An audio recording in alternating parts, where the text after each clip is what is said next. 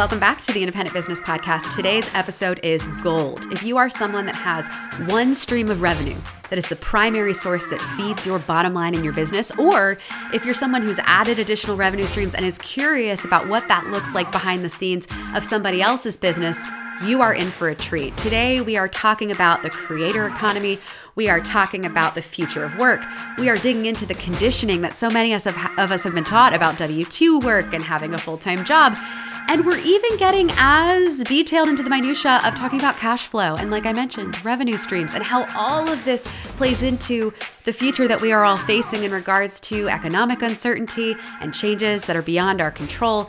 I'm sitting down with an extraordinary human being, the one and only Jay Clouse. Jay is the founder of Creator Science, which helps you to become a smarter creator. He previously led the community experience team for Pat Flynn and Smart Passive Income, designing their paid membership community and cohort-based course programs. Jay is amazing. I was on his podcast about 3 years ago, and I've been following his journey along the way. We're going to talk about how he brought in over $300,000 in revenue last year and what it took to get there, some eye-opening mindset shifts, but also the nitty-gritty of where that money comes from and what his revenue streams look like and how many he even has, and all of that in today's episode. You're not going to want to miss it. And remember, the Independent Business Podcast is powered by HoneyBook, the all-in-one platform for anyone with clients. Book clients, manage projects, and get paid faster with HoneyBook. Use the code PODCAST to get 20% off your first year as a brand new member and let business flow your way. Hey, Jay, thank you so much for joining us. Hello, excited to be here, Natalie. I told you off air, but very jealous of your studio setup. It's beautiful. I know. Well, and I admitted off air, my Airbnb that I rented for a tiny bit of quiet in the chaos with two toddlers that is my home. So I'm also enjoying it this week. A little bit more, relaxation for my headspace to get rolling into the podcast. Thank you, though. And I want to say, before we dive in, I have been a huge fan of yours for a very long time. I had the honor to be a guest on your podcast. I tried to look and see, I think it was like 3 years ago. Has it been that long? It's possible. It's probably been more than 2 years. It's definitely more than 2. I think it's 3. And at the time, I'll never forget, I hopped on your podcast. We did an interview together, and I got off that interview and I thought to myself, wow, that was one of the best conversations I've ever had on a podcast. The amount of intention and preparation. And you are somebody that, when I talk about being an iceberg, you're an iceberg, Jay. Like, what people see on the surface is extraordinary, but the amount of hard work you have going into everything that you produce and you share externally, it shows, right? I've done a lot of interviews, but I can tell. And so I got off and I was like, ooh, all right, that's a new standard for me. Like, it set a standard. And we joked even before hopping on. I was like, I look at all the content you're creating, how you lead, how you cultivate community, the way that you show up. And for me, you're pushing boundaries and setting new standards. And it inspired so many. But before we get into all of the awesome things you're doing today, I would love to hear from you. What was your journey like into becoming a creator and building this community of creators and equipping kind of the future of work with the tools that they need to succeed? How did you get here? Well, I started in startups. I co-founded a software company in 2014, and we did kind of the typical fundraising accelerator path. We had an exit. The company was sold in late 2015, I believe. And that was a crazy, wild ride. And it was exhausting, and I didn't have another idea that I wanted to do. So I took a job at a venture-backed healthcare startup in product and really didn't like having a boss. So I'm totally honest. Just really had a hard time adjusting to that. And so we're getting to be about a year in at that company, and I was thinking to myself, I really feel like I need to get out of here and do something else, but I hadn't figured out what that looked like yet. We had a company leadership meeting, and the company, it's a startup company, they're basically like, hey, we're completely moving in this new direction, and Jay, the product you've been overseeing, we're actually going to deprioritize that, and you're going to start leading this product over here.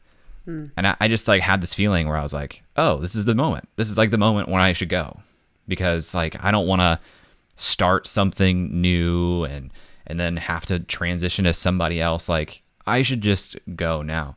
So I told them, I said, well, I'll give you up to 6 weeks if you want, because I think we have about 6 weeks of work that our dev team still needs to do. And they said, well, you're going to move tomorrow, so you can just, clean out your desk and we'll pay you out 2 weeks and that'll be that.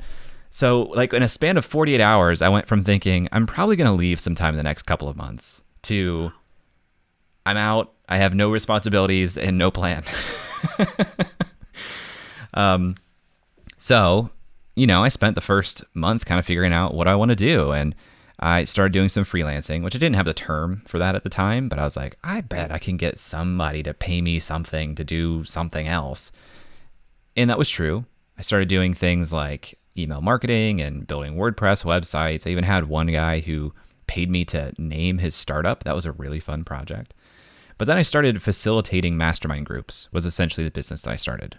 I started putting together these groups of 5. I would do a cohort of like 15 to 20 people at a time. And again, we didn't really have these words, like masterminds were around, but we didn't talk about cohort-based courses. We didn't talk about even online community that much in 2017. Like we were using Slack. I had to teach people how to download and use Zoom. And so I was doing a lot of the things that a lot of people are doing today in 2017. And the outcome of that was creating an online community. And that community was acquired and absorbed into Pat Flynn's Smart Passive Income community. And, I've just been kind of chugging along the whole time, learning a little bit more about the online creator business model year after year. A lot of happy accidents, a couple lucky breaks, and just like consistent hard work. I'm telling you, iceberg. I called it. But speaking of hard work, so you've done a lot to get to this point, and you've had success. I've been a lot of success. I mean, beyond even selling the start. I mean, just like even in the last 6-12 months as I've been following your journey, you've had a lot of income success. You've shared about that really transparently. You are somebody that practices what you preach around just being open and trying to kind of uplift and empower all creators, right, in their journey. And you've shared a little bit, I believe you had set a goal for, we're talking last year, rewinding a little bit, for $250,000, and then you thought 300,000, and then you almost hit what? Where did you end up last year, 2022? We ended up at, I think, 338. So it wasn't quite 350,000, but yeah, there was a moment where it was, I think, the end of September, and right. We were at 225. I say we, but the royal we of my company. We were at 225,000, and I thought to myself, wow, if I can average $25,000 per month for the next 3 months, I can break $300,000 this year. That would be crazy. And then we blew past it. So that was incredible. And, we're sitting here recording this in February. February has been far and away my best month, like almost 2x my previous highest month. So it's been wild for the last few months. But, it's also spiky sometimes. Like it's not just a completely clean upwards trajectory. Like you have great months and then you inevitably like don't hit that same mark the next month. And so I'm already mentally and emotionally preparing myself because I know this month was a unique month. I do not expect and really don't even see a path where I would have the same financial success in March as I did this February. So that impacts, how I prepare myself emotionally. It impacts how I prepare the business financially. What am I doing with those funds? But, all of that success, it's great to celebrate and highlight those things. But I do want to call out also that it's not a perfect, flawless curve up and to the right forever. Like you zoom out and the trend is up and to the right, but there are plenty of peaks and valleys, all along the way. Let's talk about that. Let's dig into that for a second. So people see the peaks, right? People see the highlight reel. They see what we put out into the world, but the valleys are often left off of, right? The publicly shared spaces. It's kind of, we tuck it into the dark corner. And I think of it like the dog hair tumbleweeds that you would find right now in my living room if you looked closely enough. But in the case of building your business, you have been more transparent about those valleys. You have been transparent about those learnings.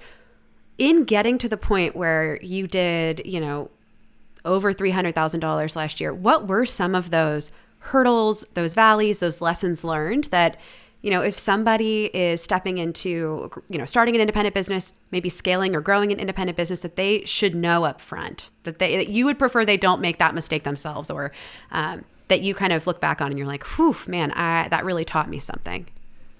I feel like my valleys last year weren't as painful as the valleys early on.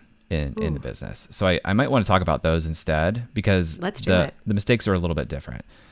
Early on, the big mistakes that I made were all related to budgeting and cash flow. Because, I was doing these mastermind programs. They were 12-week programs.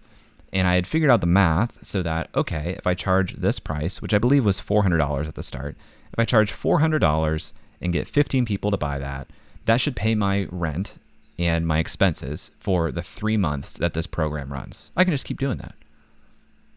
Almost. That doesn't take into account taxes. It also doesn't take into account any type of savings. It also doesn't take into account seasonality. Because what I learned was I really had to plan out my calendar of programming for the year, because I finished one of these 12-week programs in October of 2017.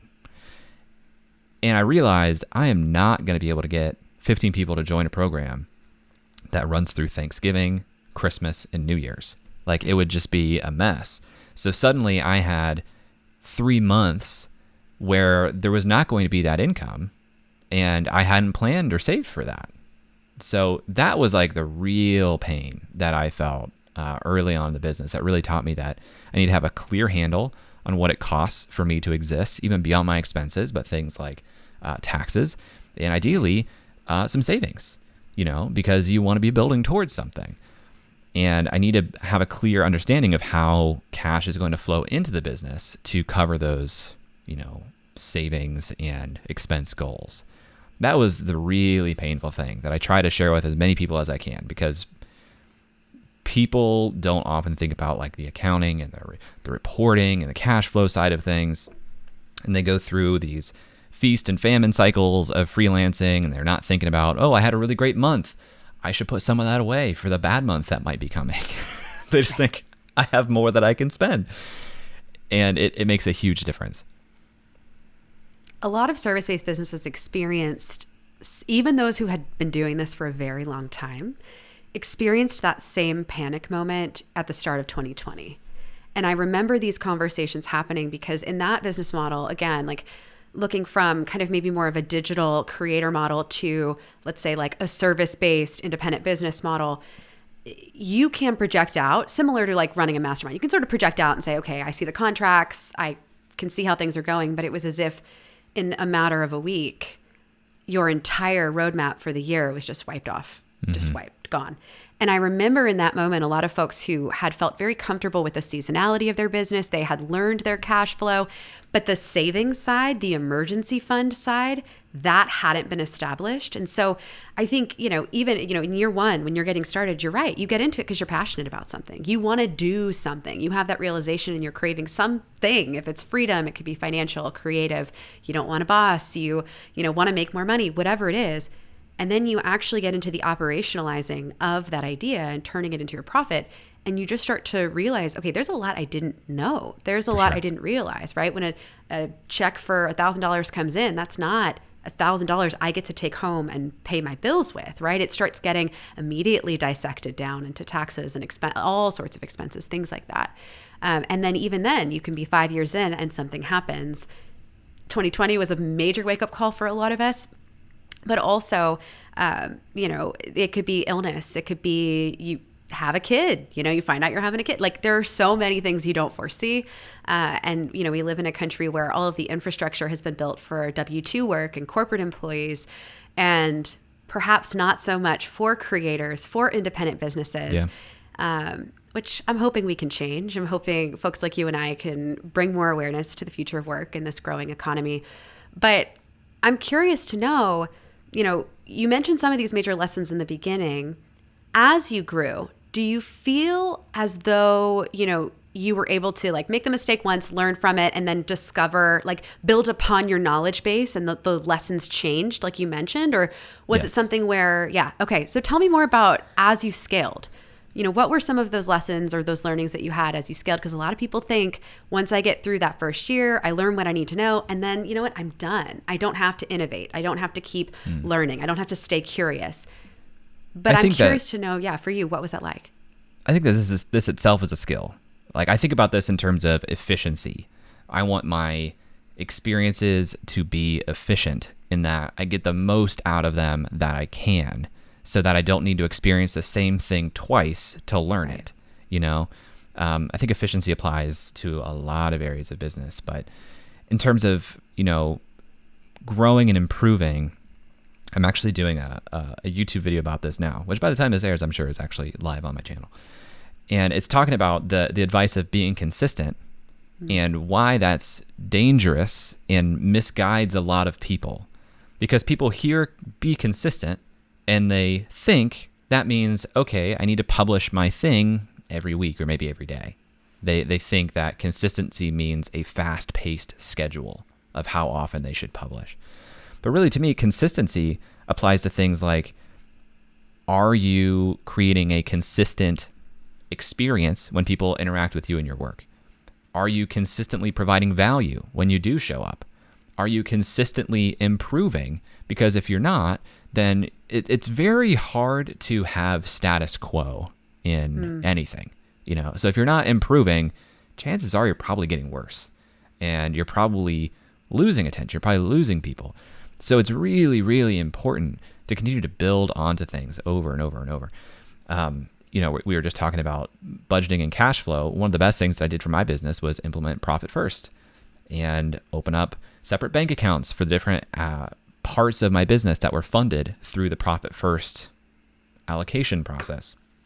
That was kind of a pain to set up, but now I interact with that system twice a month, and it takes maybe 10 minutes each time, So building your own business, whether it's a service-based business or a creator-based business, it's a lot of incremental foundational improvements that allow you to allocate more and more time to the creative work that, goes out to the world.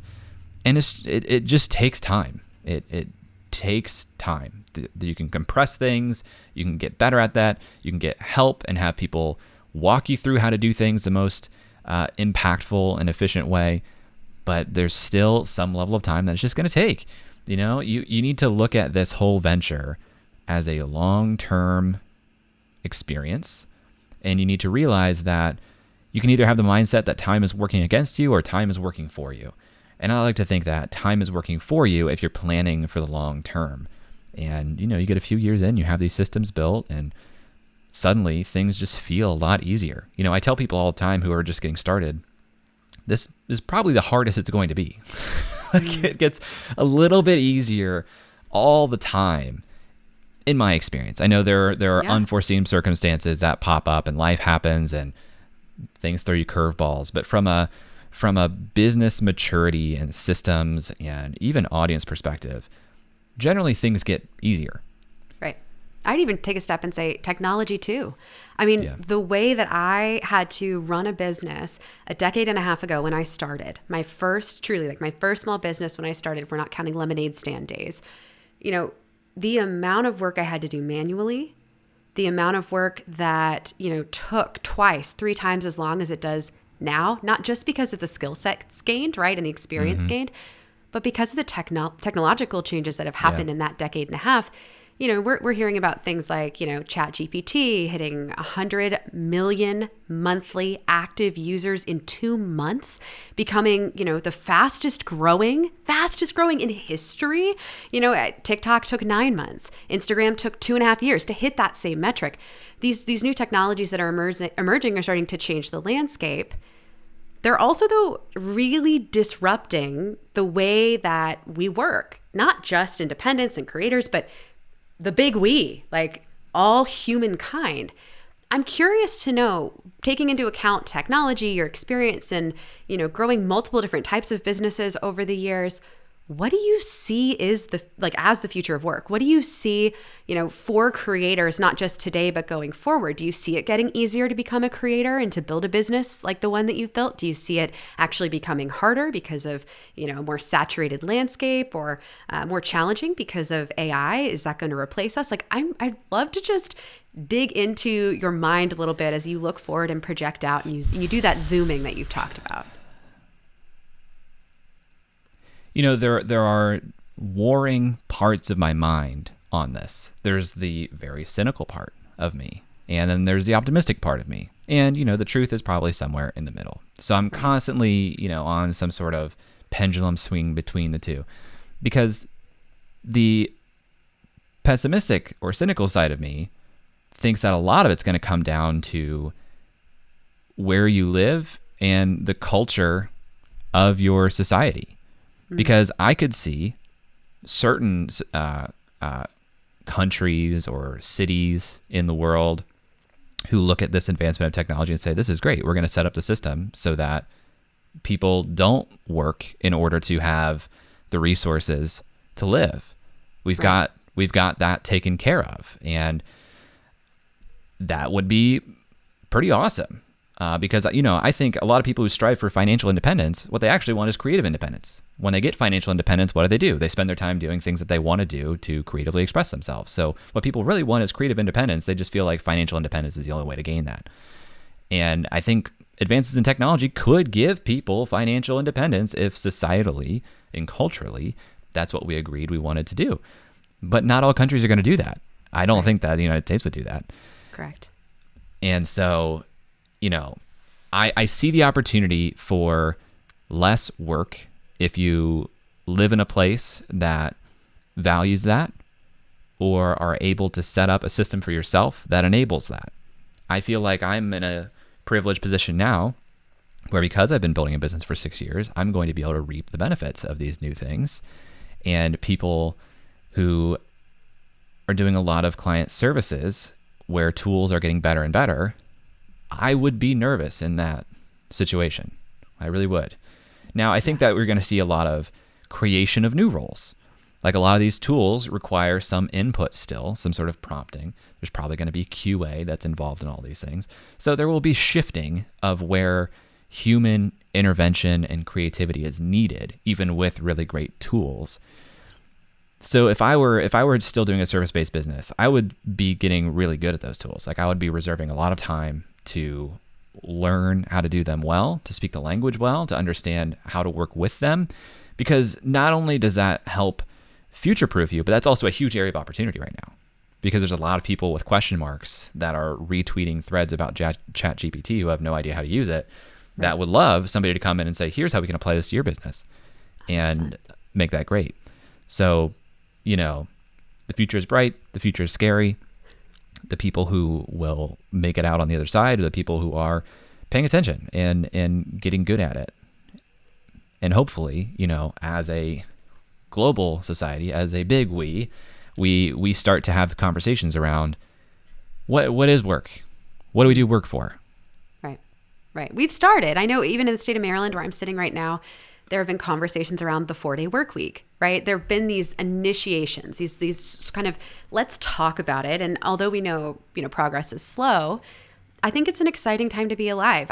You reminded me as you were talking about when the iPhone first came out. And I was a photographer at the time. I was shooting weddings at that point, although very, very early in my career. And I remember vividly when the iPhone came out and all of a sudden it was as if every professional photographer was saying, well, we're not going to have a job.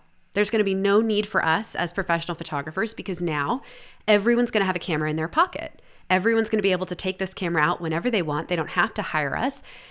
And as I was watching that happen, I kind of witnessed the thought leaders at the time go into sort of two camps, right? The one was doomsday and was, don't become a photographer or have anything to do with photography if you want a career in 5 to 10 years because the iPhone's going to erase us and all this visual technology that can do our jobs will erase us.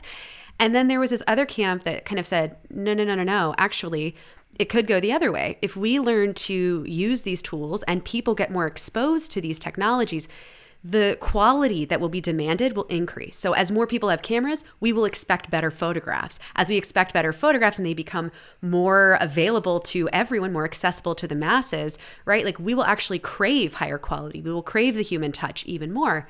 And it's been fascinating to see that some of that was right, but also there was so much we couldn't have imagined. With that iPhone being created, creators now exist, like this entire category of income, right, generation.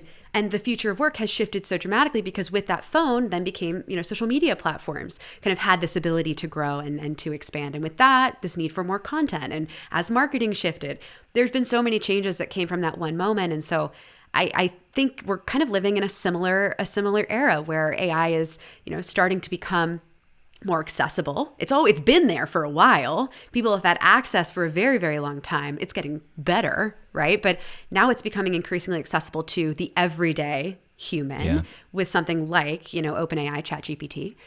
And it reminds me of the iPhone moment. And so I think there's an opportunity here to, be cautious. And, I love how you said it. There's the skeptic side of me. There's the optimistic side of me. And find a route in the middle where you can actually learn these tools. And I'm curious to know, like, what technology as a creator do you lean on? Both AI and then just general technology. What are you using in your business?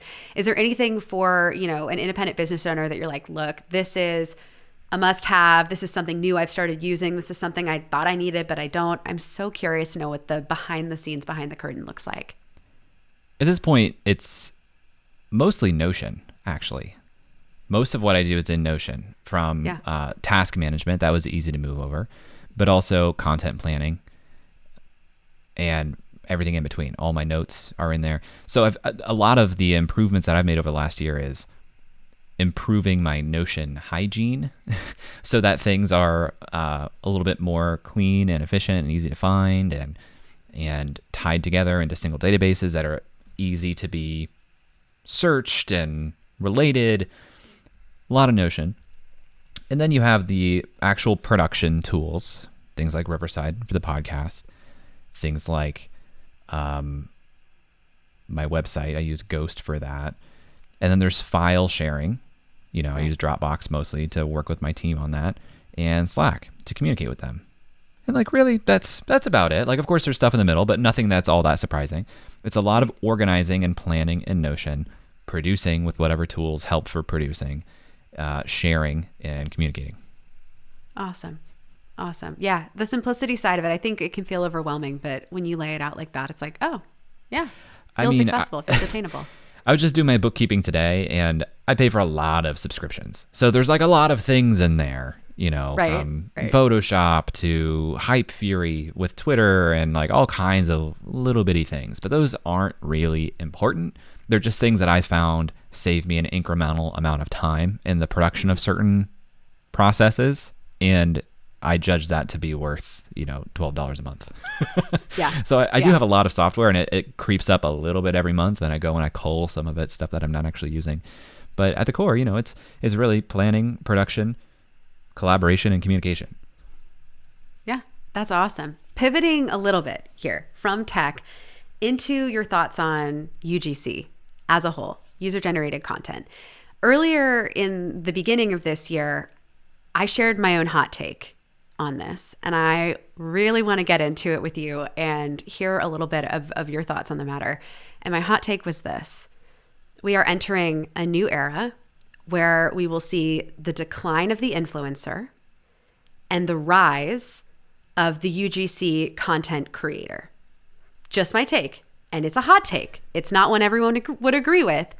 And I define them as, and I'll explain because I think it can be easy to be like, well, wait, what's the difference? An influencer relies on their own platform size at scale. However, there's a little bit of that crossover. Some creators do as well. But the ability for someone to actually create content for other brands, regardless of their platform size, right? Their actual creative ability is what drives their revenue. Whereas as an influencer, it could be your creative ability, but for the most part, it's you, right? You are the product versus your creativity is the product, and your ability to serve a company on the UGC side is the kind of offering that you have. I'd be curious to know for you, is that something that you see happening also? Is it something you disagree with? Do you define these two sort of perspectives differently? I'd love to know. I'm so curious. Let me start by saying I don't think I've ever actually used the term UGC. And so I'm reflecting right now and reacting. Why is that? Because I'm aware of it. So why don't I talk about it? And I think it's because when I think about creators, and that's the lens that I use for everything, that's the terminology that I've started using and that I lean into. But even the word creator is pretty huge in who that is. And I look at the creator landscape and I see essentially a Venn diagram between people who are focused on more entertainment-based content and people who are focused on more education-based content. And of course, there's an overlap there. But my world is the creator educators, is what I call them. And I don't think UGC as part of the revenue model is very common over there. Because the advice that I give most creators is, I think your revenue model has indirect revenue and it has direct revenue. And I classify things that require a third party as indirect. And so most sponsorship I see as indirect revenue, and that's great when the sun is shining and you can make hay over there and you have that opportunity. But I try not to encourage people to build their business on it, because it can dry up. It can go away from macroeconomic things out of your control. It's not all that different than the 2020 moment we saw in services. I saw a very similar impact on the sponsorship I had lined up for the launch of my show, which happened in March of 2020. That sponsorship didn't happen. Right. And I remembered that. That's something that I think about. And you have a more resilient business when you're relying on direct means of revenue, meaning that your customers are your audience. And there's not a third party in that transaction. So again, I don't think that there's any problem with having that as part of your revenue model. I think it's great to diversify your revenue model when you have the opportunity and you see that there are easy ways to tack on. So in your definition, as I'm reflecting on this, I could see that. I mean, I do think that there will always be sponsorship opportunities for influencers with large platforms, because there is still so much money wrapped up in television and radio that hasn't wised up and moved over. And, these large accounts are essentially, the easy button spend for that same type of revenue. Do I also see people getting a little bit more sophisticated and understanding that they can get more bang for their buck with an aggregation of smaller creators who have an engaged audience? Absolutely. It takes more work. It takes more sophistication, but definitely opportunity there. And, I'm sure that there will be technology that facilitates that aggregation of smaller UGC creators for brands who want to put a lot of spend into something. But it's challenging for brands who have a large amount of spend to deploy that to smaller groups, because they need large reach numbers for it to make sense. And that means a lot of UGC creators. So there needs to be some sort of marketplace, in the middle, making that market. I really love what you said, though, about direct revenue versus indirect. It's something that, as a lot of our listeners have service-based businesses, they're thinking, so when I say like influencer, UGC, for them, that's an indirect, it's an additional aspect to their potential business, but they do, work primarily with direct, contract-based work. Similar, but slightly different to how you define creator economy. Although there's a lot of overlap or growth into, like, we'll see a lot of service-based business owners that, build a very, very, very profitable service-based business, and then they start to add on education, for example, to help train the next generation. They see gaps and they're like, "Ooh, we got to fix this. We have to teach so that we can kind of raise the tide a little bit and, equip kind of future folks that do what I do in a way that they can do it better." And they'll kind of move more into that creator educator landscape.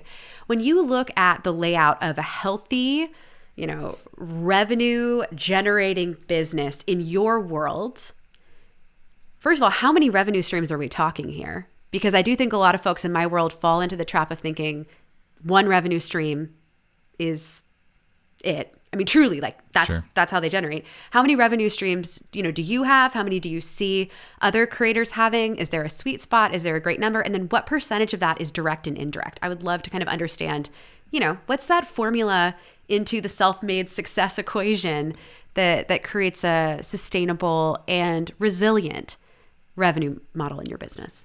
These are great questions. I keep good records, so I actually have pretty accurate answers for most of these things. So I'll use my own business as kind of a benchmark, but know that this is one example, and there are lots of different ways you could do this, and I'll talk a little bit about that. So in 2022, I had 41 separate income sources. 26 of those were affiliate partners. Okay. So you're really talking about 16 different sources, and of those 26 affiliate partners, 3 of them were about 80% of my affiliate revenue. So I break down things into buckets, and I believe it's 7 buckets, but only 6 of them were significant that I count as revenue streams from last year. I had memberships, digital products, sponsorship, royalties, affiliate income, patronage, and services. 7. Patronage was very small. Patronage was literally my buy me a coffee account where people read my email and they're like, this was great, here's $5. So I actually cut that out of the business. So I'm down to 6. The great thing about having 6 revenue streams is, again, I keep good records, and I looked back on my year last year, and there were periods of time where revenue was incredibly consistent at a top line level. Like there would be a 3 to 4 month period where month over month, this was around $30,000 in top line revenue. But when you look into each of those months, some of those buckets were at like 0, and some of those buckets had huge months. So it's wild to look at this and say, this is actually very consistent and easy for me to project, even though the sources of income change in proportionality each month. That's the benefit of having multiple revenue streams, is you start to get that effect. And then some months everything hits and you're like, this is nuts, which usually follows by a month that's kind of down. For example, the way that I track sponsorship in my business is when it actually hits my bank account. Then I say, this is realized revenue for this month, and I'm counting that as revenue on my books. Most months that I book sponsorship, I don't recognize that revenue the month that it is booked. I'll probably recognize it a month or 2 later. So the months that are really high in terms of sponsorship revenue are not even the biggest months where like the activity that happened, like the activity to earn that happened. And it's similar in services a lot of times, because depending on your payment terms, you might have this pipeline where you sign the contract today, but you might not get paid until 60 days from now. Right. And so you really want to have, this is kind of going into a cash flow discussion, but I'll try to reel it back into revenue streams. Having multiple revenue streams is good because it makes you more resilient. However, it can also be kind of a distracting activity to try and build up 6 revenue streams all at the same time when none of them are working really strongly. Like my recommendation is to build a direct revenue stream, make it strong, and then start to say, okay, now what? Do I add on another direct revenue stream? Do I see that, okay, now I have the opportunity for this indirect stream of sponsorship because the audience is there? I would go one at a time. And again, this is where time plays in your favor, is, after 6 years, these things start to really add up. That was a little bit of a mic drop moment from the standpoint of a couple different realms. One being, again, circling back, viewing time with a mindset that it's in your favor. Also, acknowledging that you can't set up 6/7 revenue streams overnight. You've been doing this for years. So as you said, encouraging everyone, start one at a time. Once you have that new revenue stream, grow it, build it, secure it, then open your eyes to the next thing. Kind of taking those incremental bites out of growing that overall pool. But then also, like you mentioned, having those multiple streams means that you have multiple different ways to hit those revenue goals month over month. And so as you see those fluctuations, for some people it's seasonality, for others it's just natural fluctuations based on timing and contracts or timing and sponsorships or whatever it is, right? It's no longer such a critical blow to where you're going, whew, wow, I have to make up this amount of money with my one revenue stream because something fell through and I'm really stuck. No, you have these other faucets, right? If we think about them all pouring into the same pool. But it also reminds me a little bit of a question that I got on TikTok not that long ago around, is this a terrible time to start a business? Somebody asked me, with the recession, conversations around economic headwinds, is this a good or bad time to start a business? To which I answered, well, look, I think, when you have a W-2 job, you could get laid off at any point. your job could go away tomorrow. The project you're working on can get deprioritized like you've experienced. And that's for many people your only revenue stream, your W-2 job. When you start a small business, yes, there are risks. We know this. Yes, it is hard. We know this. But what I'm hearing you say is you can build a business over time with multiple streams coming in. And I would argue that is a safer, perhaps with time, a safer path forward for financial freedom, because should one stream get shut off, if you've diversified strategically over time, you have the ability to grow very resiliently into the future, regardless of economic climate. I'd be curious if someone were to come to you today, if a creator or someone aspiring to become a creator, a service-based business owner who is thinking about, do I go full time? I've been doing this thing on the side. I'm hearing in the news every day, doomsday, the economy's crashing, everything's going to fall apart, or people aren't sure. There's just so much uncertainty. Should I do it? Is it a bad time to start a business? Is it a good time to start a business? Is there such a thing? I want to hear Jay's take on this one. Well, we're going to have to clear the next hour because I'm getting out my soapbox now to step on top of it. I'm really glad you bring this up because this is another cultural thing, I think. We have this conditioning to think that employment is a binary thing. You're either employed or you're not. And we think that even being self-employed is this completely different thing. Look, you are selling some amount of your time for some compensation, whether you're employed or whether you're doing anything else. In a full-time W-2 job, you get some extra perks and you also get extra constraints. But there's really virtually no difference between a full-time W-2 job and doing client services. It's how many clients do you have and what are you being paid for it? Are you getting paid benefits? Are they taking care of your taxes and putting them aside? It's not different. Having a full-time W-2 job is having having one client. There's no job security. Job security is not a thing. That can go away at any time. So I do truly believe that the best job security, my version of job security is that I feel secure. I could go get a job tomorrow if I wanted to. And it would be the highest paying job I've ever had because I've spent 6 years collecting a ridiculous set of skills that nobody in the job market has and a ton of insight and a ton of discipline. I would make an incredible employee if I were willing to do it.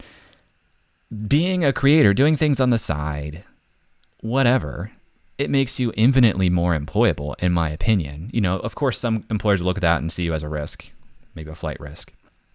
But if I'm an employer who's looking for someone that's really talented and can do the job, right. I'm going to take that risk if you're available. So I do believe that one of the best things you can do is start building something that is accruing equity to you directly on the side. Equity meaning the work you're putting in, you're not getting a paycheck and that's the end of the transaction. The work you're putting in has compounding returns over time. I think back to when I was working in a job or people I know and they got a raise of a couple $1,000s per year. I break that down to hourly. What raise did you just get hourly for the amount of work you're doing for that company this year? It's hilariously low.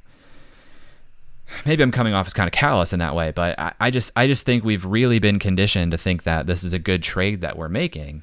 Right. And if you're willing to work a little bit harder and do some of the administrative work and some of the learning to get good at the administrative work, it's so much more lucrative and secure to build something of your own. What do you think made you open your mind to that possibility? Because I don't know about you, but did you always think you were going to be an independent or independent of the system? Did you in terms of corporate work, or did you stumble into that? What was the moment for you that you kind of realized this? Because a lot of people, there is so much fear. And with that conditioning, it's I think of it a sled going down a hill. If everyone keeps going down the hill in the same positioning, you're going to get these deep rivets in the snow. And so every sled keeps, goes to high school, goes to college, is told to go get the corporate job, is told to climb the career ladder, is told to then get married and have kids. And we've seen this for a very, very long time, at least again, in this country and through a specific lens, now we're seeing people take their sled and like completely go the other direction. These new paths are emerging and we're more widely aware of it. But like for you, what was the moment you realized, okay, maybe I don't have to follow this path I've been conditioned and told is success, and you started to kind of carve out something for yourself? Well, you have to see it. Some people are lucky that when they grow up, their parents or people close to them can model that type of life. And before the internet was ubiquitous, before we had social media, like entrepreneurs were weirdos that nobody understood what they're doing, and they didn't have networks to even communicate. So you didn't know that there were other people doing what you're doing. You didn't connect with the other person who owned a shoe store 2 states over. You just wanted to build your own thing. And so you made a shoe store, and you were the only person you knew who was doing this. You have to get exposed to it. It's like anything that you're unaware of. Like once you become aware of it, you start to say, oh, things are different than I thought. And it's kind of confronting. And it takes a certain person to be willing to take that confronting new information and say, I'm going to change my model of how the world works.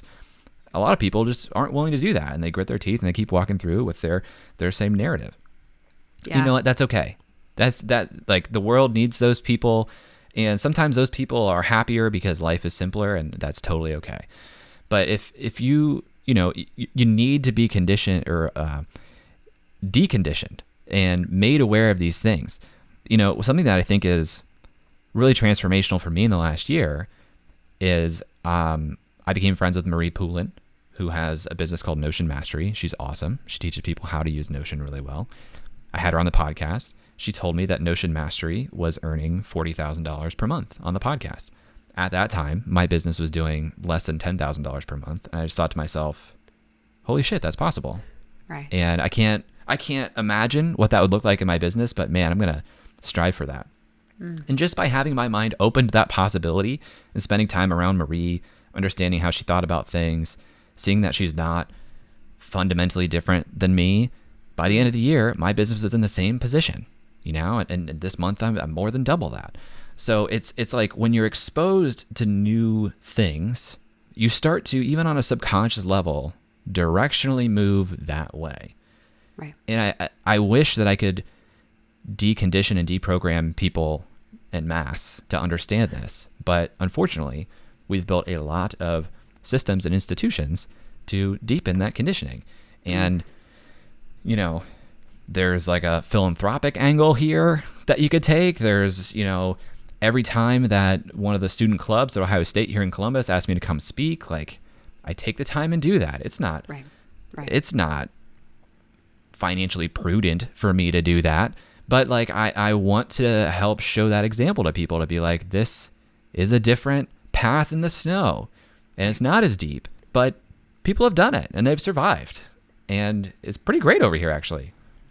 I love that. I do think once your eyes are open to the possibilities of what could be, everything starts to change. And I love that for you, even just something as simple as like realizing somebody else was making a certain amount of revenue and you went, whew, wait, that would be incredible if I could do that. But before that, you hadn't even, kind of set your sights that high. And that's part of what inspired a lot of this podcast, to be honest. It's about the science of self-made success. It's about talking about what are all the inputs that go into your unique definition of success, and figuring it out, by looking at folks who have done it in their own way, who have created an incredible business, maybe multiple businesses, and what they've taken away from it. And so with one of our final questions here, I would love to know from you, what do you think is the biggest thing that differentiates the businesses that succeed from the ones that fail? I think the businesses that succeed are willing to take in new information, they're willing to adapt, and they're focused on constantly improving. Because if you're willing to take in new information and adapt and constantly improve and, just continue, it's kind of inevitable. You set up a system where your success is basically inevitable because you will be unwilling to fail in the same ways. You'll have no choice but to innovate if you're going to continue on, and you're willing to learn You will have no choice but to innovate and try new things. And, at some point, numbers just play in your favor. And it's just inevitable. I love the sound of that. I absolutely love the sound of that. Jay, thank you so much for joining us today on the podcast. I have no doubt that everyone watching and listening to this will want to know more about you, will want to know more about the resources that you have. I am a subscriber, by the way, to Creator Science. So I want to make sure you give that a huge shout out. One of the best newsletters. Please hear me out, friends. This is an easy yes, But Jay, where can our listeners find more about you? Where can they subscribe? Give us all the details as we close this out. You can find everything at creatorscience.com. My goal is to help you become a smarter creator. Even if you're just getting started on this path to being a creator, that will be a great place to start. creatorscience.com. You can find me, Jay Clouse, on whatever social media platform is your favorite. Well, there you have it. Go check out creatorscience.com. Jay, thank you so much again for joining us, and everybody for tuning in. That ends our episode of the Independent Business Podcast. Everything that we've discussed today can be found at podcast.honeybook.com. Head to our website for access to show notes, relevant links, and all of the resources that you need to level up. And if you've enjoyed today's episode, be sure to subscribe to the podcast so that you never miss our future content. Drop us a review and leave our guests some love on social. Thanks again for listening.